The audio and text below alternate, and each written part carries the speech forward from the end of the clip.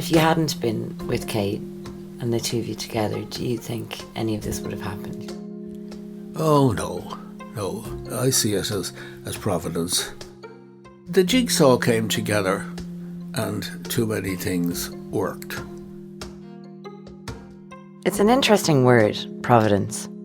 The Oxford English Dictionary defines it as the protective power of God or of nature as a spiritual power, and also the timely preparation for future eventualities.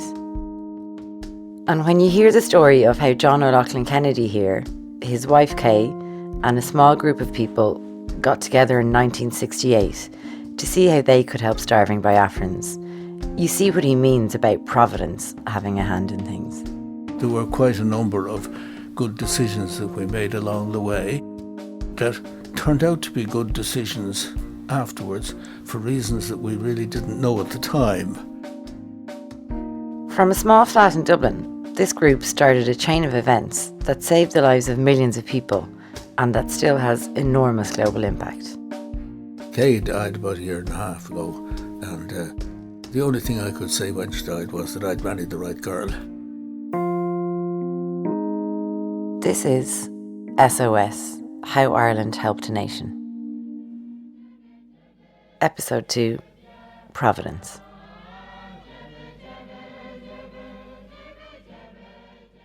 Nobody wanted the war, so nothing quite happened the way it should have happened in real life. The situation that had been imposed on Biafra in 1967 was the result of the complete opposite of providence. Instead of being guided by a protective power, Biafra was being bombed, invaded, and ripped apart by Nigeria, the country from which it declared independence in 1967. By the end of that year, people in Biafra were dying horrible deaths from starvation. The entire country had been ring-fenced by the Nigerian army, almost like a medieval siege. A RARC documentary broadcast on RTE in the late 60s described what that starvation looked like. Day after day in Biafra, the unending search for food goes on. The village restaurants still display their grandiose names to the passers-by, but their prices have soared and their menus have shrunk almost to vanishing point.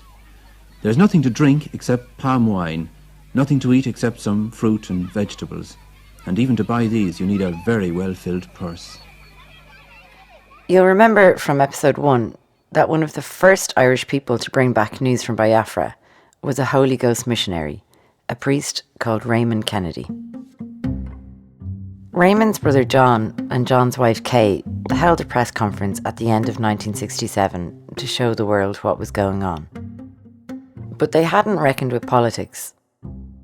Their story was suppressed by the Catholic Church and the Irish government, who were worried that Irish missionaries and Irish business interests in Nigeria would be attacked if word of the Biafran War got out.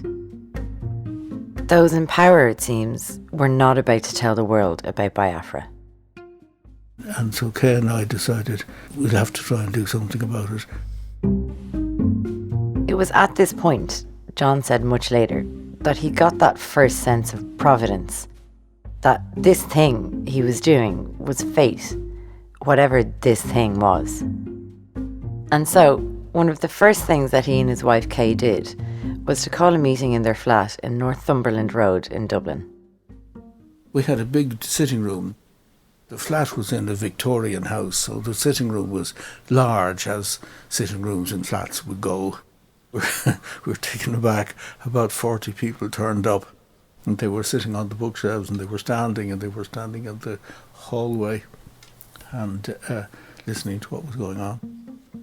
So many things happened providentially, but one of them, the first, was that on the day when we were going to have the meeting, 2 Biafran chiefs turned up in Dublin. They had come out on a relief flight. There were relief flights were running by that stage. And so they came to the meeting and they told us what was going on at home.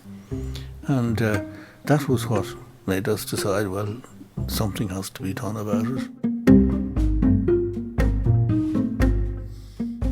After that first meeting, that small group of about 40 people were really enthusiastic about helping Biafra, even if they didn't know exactly what they'd be able to do.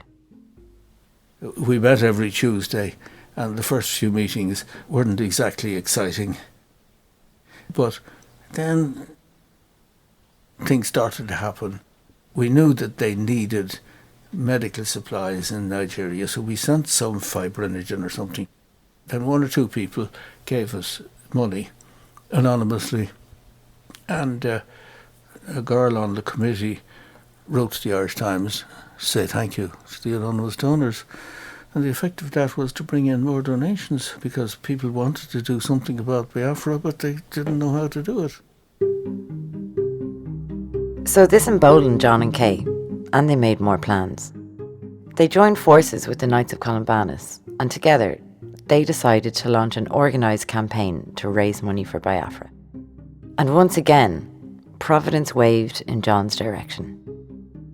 As we were planning the appeal, we heard that Bishop Whelan, a Limerick man who was Bishop of Owerri in Biafra, was coming out.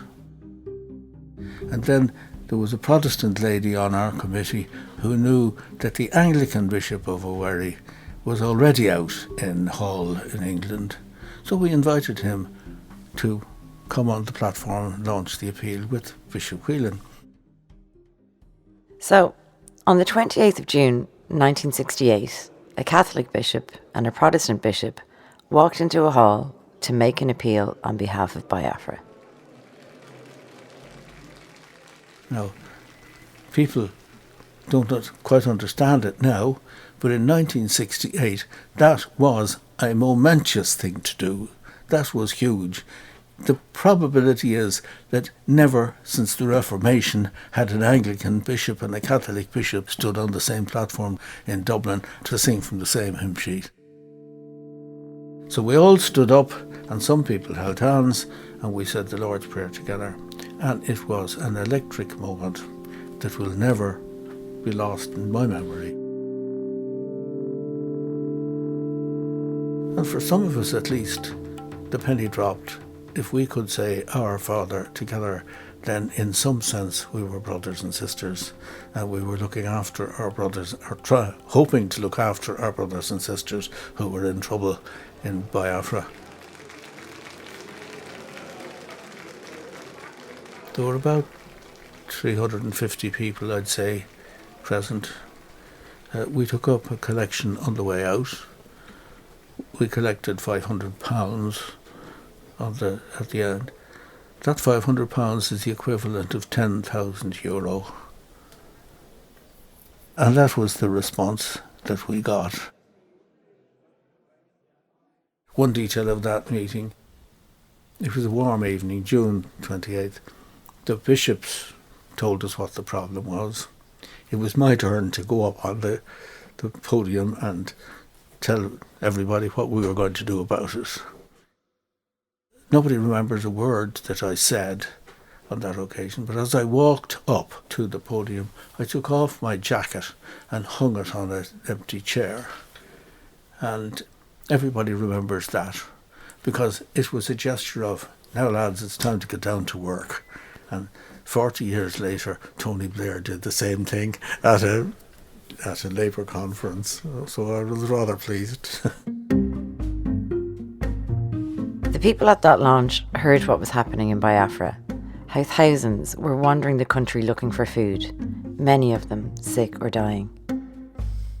And so it was that the joint Biafran famine appeal was made public. And the appeal was SOS, send one ship, and we reckoned that sending one ship would cost £100,000. That's the equivalent of about €2 million in today's, to charter the ship and to fill it up. I think I was the only one in the room who believed that we could raise 100,000. To persuade the people at that meeting that we could raise 100,000, I divided the 100,000 up among the counties of Ireland. And you can call it providence, or you can call it good planning, but this was a stroke of genius, because John sparked a friendly sort of inter-county rivalry.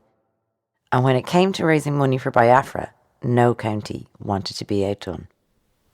So we got one contribution that I remember from a man who had lived in Dublin for 27 years, but he came from Roscommon, and he wanted his contribution credited to Roscommon and not to Dublin, And so that again, that decision made for one reason turned out to be good for another reason.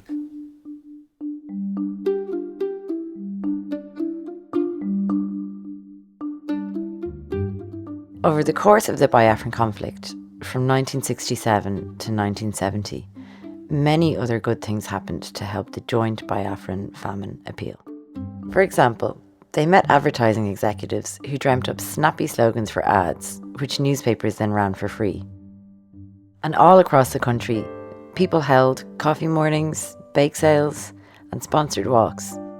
Some students even held a sponsored fast in solidarity with the people starving in Biafra. I think in one of the books I have here, there's a picture. Carl Wiekens, who himself made an enormous personal contribution to the Biafran campaign, we'll hear about that later, was 16 at the time. He remembers how everyone was involved, even people who had very little. He's looking at a picture that was published in the Irish Times in 1968. And it just shows you a jumble sale being held in Sheriff Street in Dublin. The people have some clothes hanging on the rails there. And you can see the people themselves, they're not very, very wealthy people, but they obviously recognise the plight of the Biafrans, and they decided to sell clothing and sell items to try and raise some money for the people of Biafra. People helped in whatever way they could. Take Michael Goss, for instance. He'd been at that first meeting in John and Kay's flat. And the request came that they were looking for milk. And the Irish government had said no, milk was not to be allowed. You needed a licence to get dried milk. And the minister in charge, a fellow called Frank Aiken, and he was totally opposed to the Biafran carry-on. And he didn't want to do it, so therefore he wouldn't agree to this licence. So, in Michael's own words, he decided to take the bull by the horns. And I knew that Mitchelstown Creameries had dried milk. And I went down to Mitchelstown and I asked to see somebody, what do you want? And I said, I'm looking to buy some milk. Now, milk was very expensive. As far as I remember, it was about well over £1,000 a tonne. I'm only going just from memory. And no, we can't do that. And anyway, I was just walking out and I met this guy that worked in the creamery. And I said to him, do you know how I get some dried milk? They won't give it to me inside. They said because they're not allowed to send it to Biafra. And he said, where is it going to? I said, it's going out of the Holy Ghost. And he said, well, sure, my brother was a priest out in the Holy Ghost. I'll have to give you milk. And he gave me 3 bags, quarter of a tonne. And I thought, holy God. And I said, what are you going to charge me? Get out the hell out of here. He said, that's it. And I had 3 bags of milk. The Evening Herald had started its own fund. Des Mullen remembers how newspapers like the Evening Herald started raising funds too. And it was amazing in the Herald the way the whole thing took off. It was absolutely brilliant. Des was a journalist with the Evening Herald, and he remembers how every child who donated money was invited into the newspaper office in Dublin to have their photos taken. Out on the roof. And all the kids, they were queuing up the stairs. This is up to 3 stories. And out on the roof, got the pictures taken. And this went on relentlessly every day. And it used to annoy a lot of the people working in there. They used to be queuing up the stairs and out on the street. And it went on and on and on for months. And went on for years while the war was on. We passed the target in the first week of August. During the course of the war, which went on for another 2 years, we raised approximately £3.5 million, which is the equivalent of between 60 and 70 million euro in today's terms, from a standing start with no money.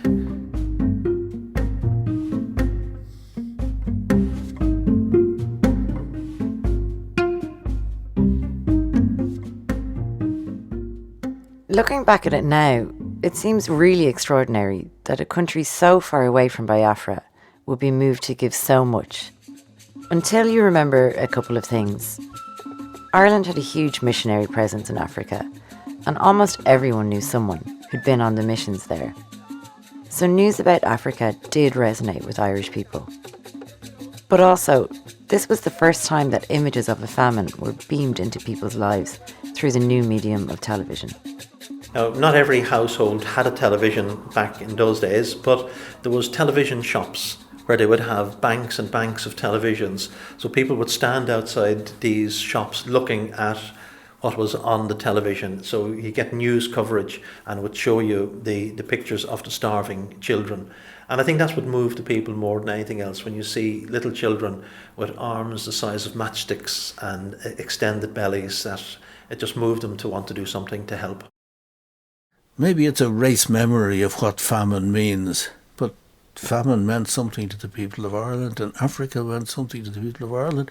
And, you know, I was hungry and you gave me to eat meant something to the people of Ireland.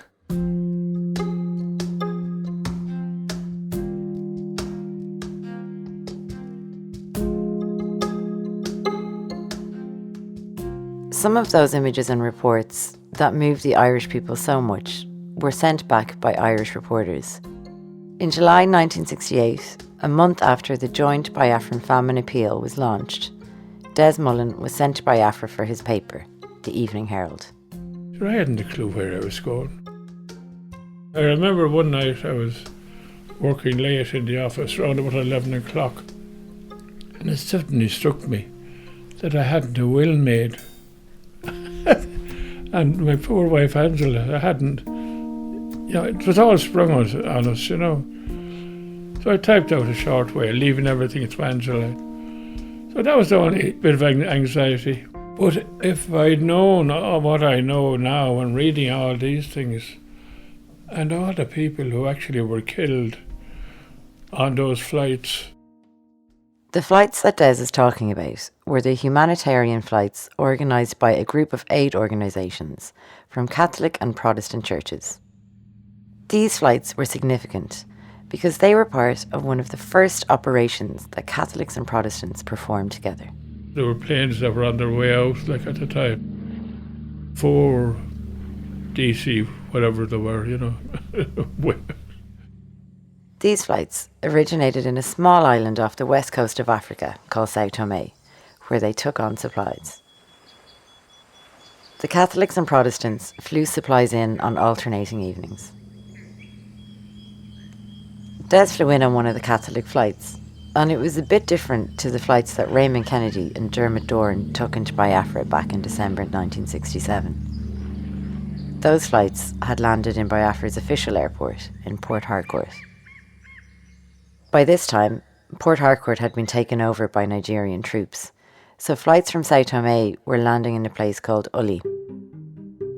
They flew at night to avoid the Nigerian anti-aircraft bombers who cruised the airspace, trying to shoot down anything that was flying into Biafra.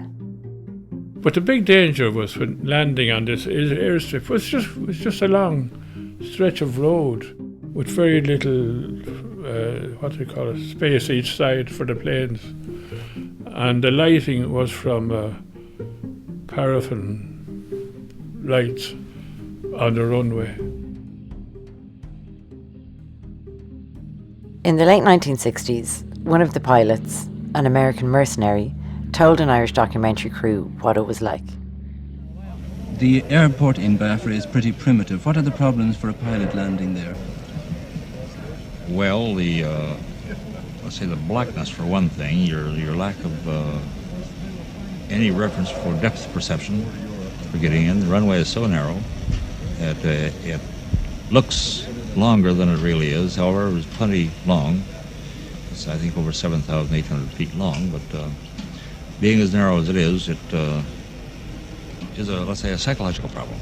But in fact, they don't switch on the landing lights. When do they switch them on? When we were coming in, they hardly seemed to be on at all. Well, they're not. They turn them off for every. As soon as the plane lands, the lights are turned off, and they're not turned on again until the next plane reports that he is on final. And if they don't turn them on, you don't fly the runway. Occasionally there was a crash and pilots were killed and travellers, going in trying to help the missionaries and all those. Maybe it was just as well I didn't know anything about this until a long time later.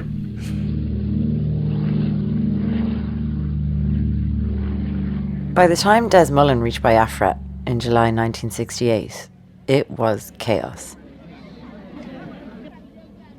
Millions of civilians were on the move, trying to get away from the fighting. There were shootings, attacks, and people moved along the main roads between villages and towns. They were barefoot and blistered, walking or sitting in wheelbarrows, and almost everyone was hungry. Around 650 refugee camps had been set up by this time, and many were run by missionaries, like the Holy Ghost Fathers and the Sisters of the Order of the Holy Rosary.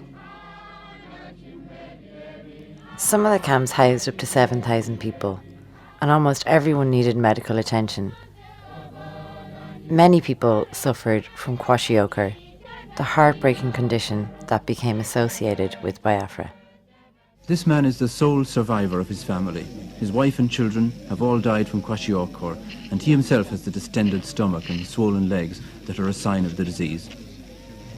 Medicine by itself is of no use to him. Unless he can be given the protein food that he lacks, he will certainly die. According to some estimates, up to 10,000 people were dying every day at this time, and 6,000 of them were children. Almost everyone in the camps needed medical attention. With Des Mullen on the plane was a group of retired Irish doctors who wanted to help. They visited a camp near the airstrip run by missionary nuns. And next thing, out of nowhere, it's bush country. The people came out and they were in big long lines. They could have been over half a mile long, all queuing up. It was the first encounter with doctors. But the poor children were absolutely, little skeletons. But the doctors anyway kept examining them and then injecting them with all kinds of stuff and giving them tablets and everything. Des spent a month in Biafra.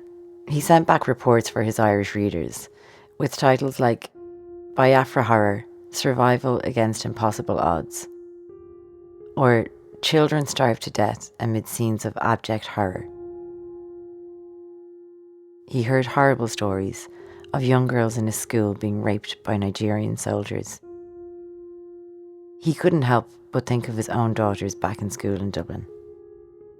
And the thought came into my head, Jesus, imagine if this was the scene in the school in Raheny, what a horror it would be, The more you went on, the worse it got. 50 years later, though, one story in particular won't leave Des. On a later trip to Biafra, he bought a huge supply of Cadbury's chocolate in the airport shop in Sao Tome. The most foolish thing I ever did. They started handing out the chocolate. Within minutes, they were surrounded by hundreds of people. But the terrible thing was we were leaving and we had to, from the mission you had to drive along a long avenue, Boreen, And crossing this big field was this poor woman. And she had about 3 or 4 children. And she was trying to hurry. We had nothing left. And Father Kevin said, look, there's no use stopping. We have nothing to give them. And the poor woman stood there crying. I always break down when I think of it.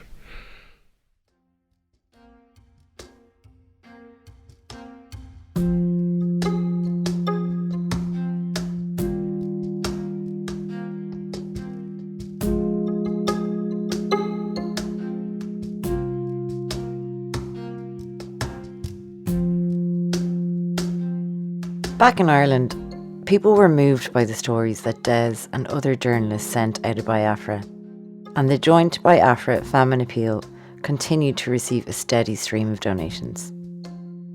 The response was literally overwhelming. This incredible response was also driven by the stories generated by John's own team.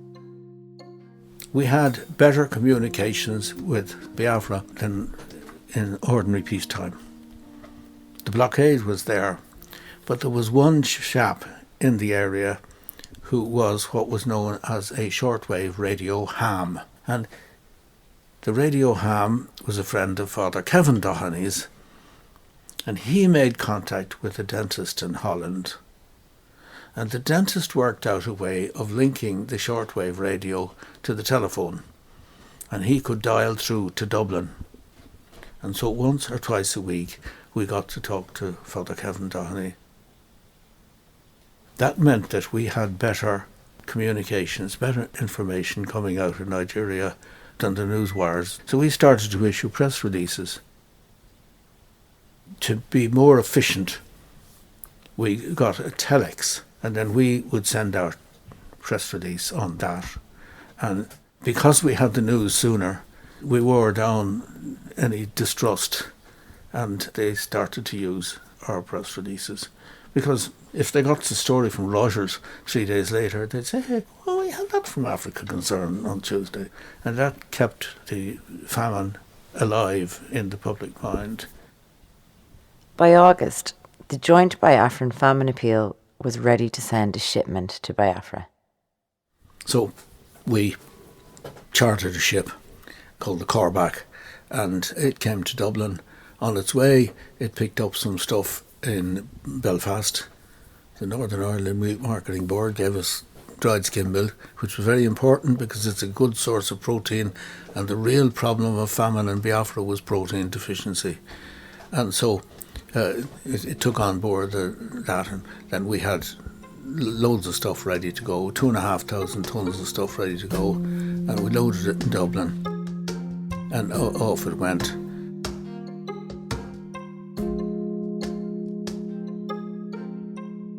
The supplies were loaded into a plane in Sao Tome on the 24th of August 1968 and sent into Biafra via the same night flights that journalist Des Mullen had used. And like Des Mullen's flight, getting the supplies to Sao Tome was the easy part. In the next episode, we'll hear about how priests and missionaries had to become humanitarian workers and logistical experts to get food and supplies past the blockade and into Biafra. Planes crashed and people got killed. In fact, there was 27 bodies buried in the cemetery there at Uli. And how the joint Biafran famine appeal went from strength to strength, bought a ship, and found its voice as a humanitarian organisation. We used to say in the office that the Columkill was bought as a relief ship, and that the greatest relief of all was when we sold it.